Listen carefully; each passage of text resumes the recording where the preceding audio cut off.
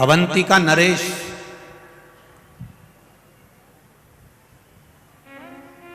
जो साधारण नहीं है महाराज,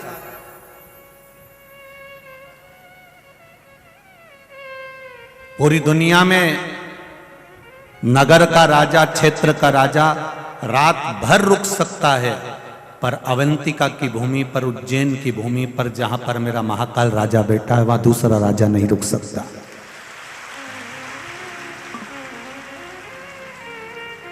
और ये उज्जैन की धरा, उज्जैन की भूमि, अवंतिका नरेश की पावन धरा आपको ये नहीं कह रही है कि ये कथा है केवल कि उज्जैन में एक राजा बैठा है तो दूसरा राजा वहां नहीं रुक सकता। ये आपको सीखना चाहिए।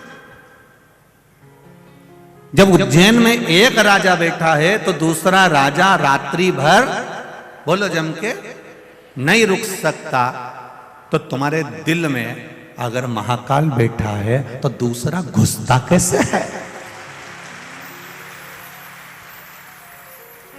दूसरा कैसे प्रवेश कर जाएगा?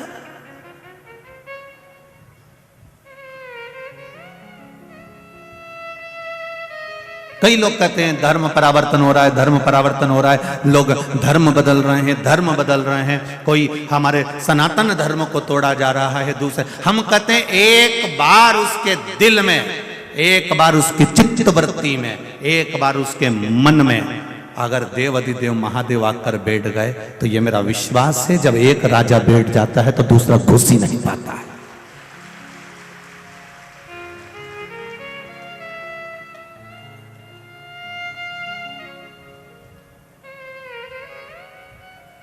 एक अगर प्रवेश कर गया तो फिर दूसरा कहां?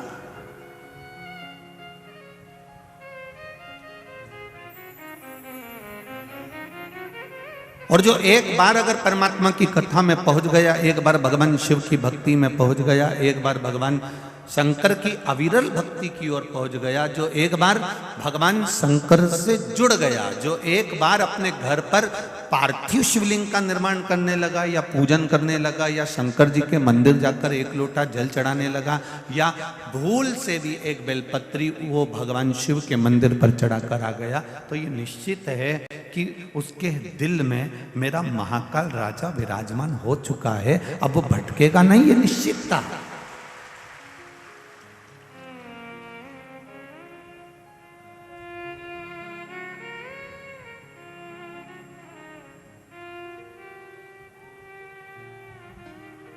अविरल भक्ति जब आपके भीतर विराजमान हो गई तो फिर भटकना छूट गया।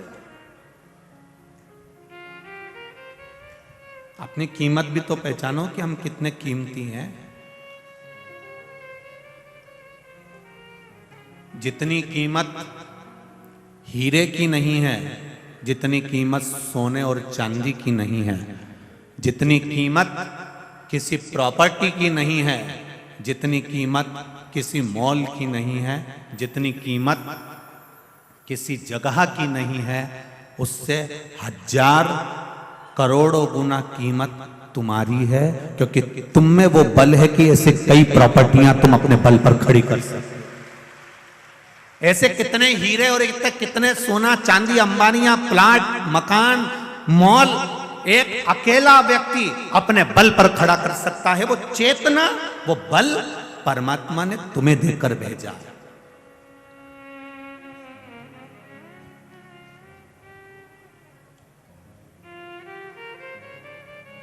कई लोग रोते हैं आंखों में आंसू भर भर के, हम तो बहुत गरीब हैं गुरुजी, हम तो बहुत गरीब हैं। हम भी कह रहे थे जी काय की गरीब, अभी हॉस्पिटल चल 10 लाख की एक किडनी बेची आते हैं, दूसरी बेची 20 लाख की खट्टा। करोड़पति बनाकर भेजा है मेरे मालिक ने आपको, किसी को भी भिखारी बनाकर नहीं भेजा।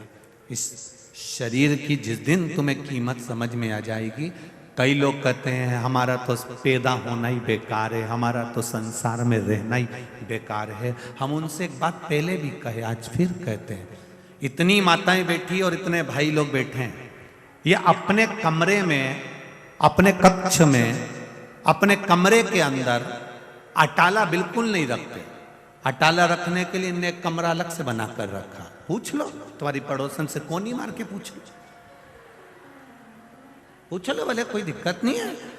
तुम सोचो कि श्योर वाला हमारा तो यूं झूठी झूठी बोल रही है तो कोई बात नहीं, जी जी हरियो कमला, कोई टेंशन नहीं, उसमें चिंता मिंता नहीं करना अपने को। अपन तो पूछ लो तुम पड़ोसन से, क्यों री भंगार का कमरा, अटाला रखने का कमरा, टान पर ऊपर इधर उधर अपन रखे कि नहीं रखे? अपना कमरा में कोई अपना अटाला का सामान रखे? ऐसा कोई नहीं है जो अपने कमरे में अटाला सामान रखेगा, बेकार सामान रखेगा, फालतू का सामान रखेगा। सबने अपने कमरे में, अपनी अलमारी में, तुम साड़ी भी वही रखते हो जो तुम्हारी काम की है, नहीं तो तुम बाकी की जो बेकार वो तो पेटी में पटक देते। अटाला तो तुम तुम्हारे कमरे में रखते ही नहीं। जब तुम तुम्हारे कमरे में अटाला सामान नहीं रखते, कबाड़ा सामान नहीं रखते, बेकार सामान नहीं रखते, तो मेरा महाकाल राजा अपनी पृथ्वी पर अटाला को क्यों रखेगा?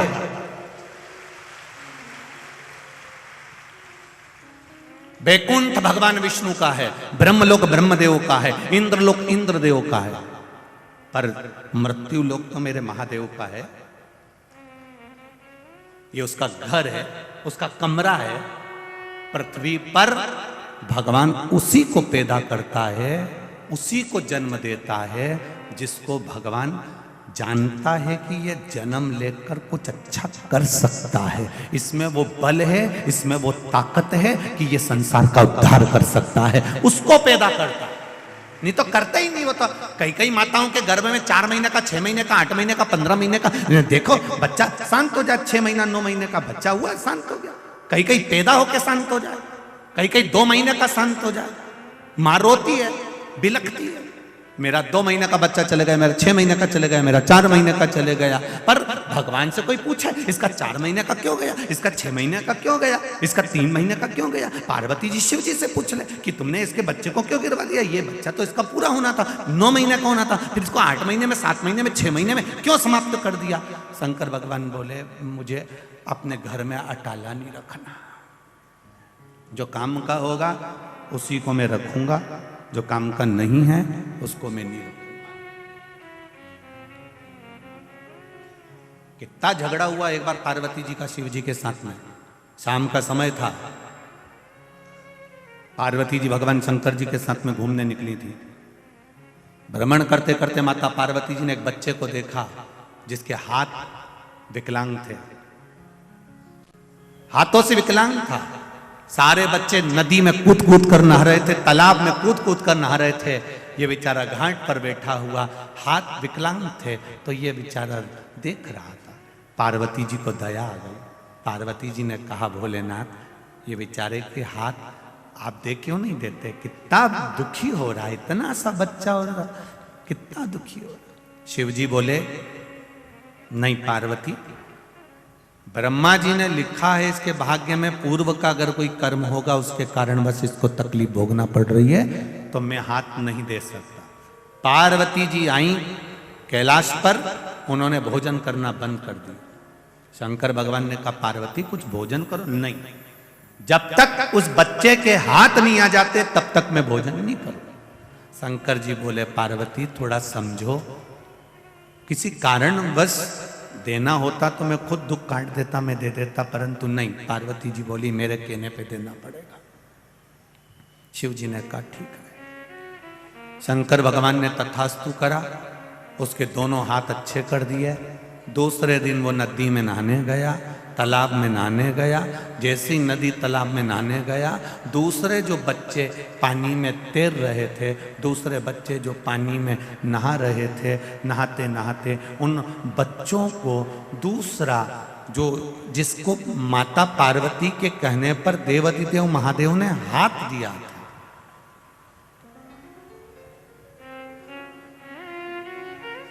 जिसको हाथ दिए थे माता पार्वती के कहने पर, वो बच्चा दूसरे बच्चे जो नहा रहे थे उनको पानी में डुबो डुबो कर मारने लगा।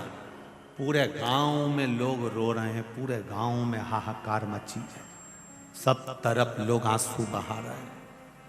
पार्वती जी आज शिव जी के साथ में घूमने निकली तो पूछा प्रभु ये क्या हो रहा है, ये पूरा गांव क्यों रो रहा है?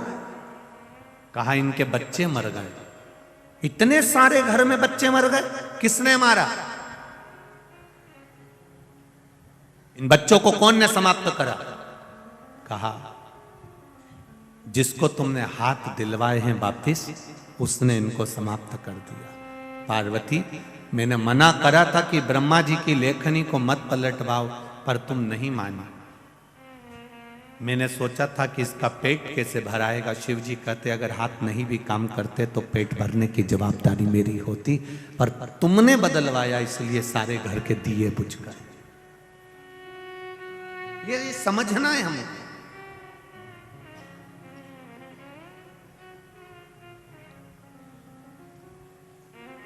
आप कितने कीमत वाले हो, आप कितने कीमती हो, अपने आप की कीमत समझना। आप जरा जरा सी बात में ये मत कहना कि मैं मर,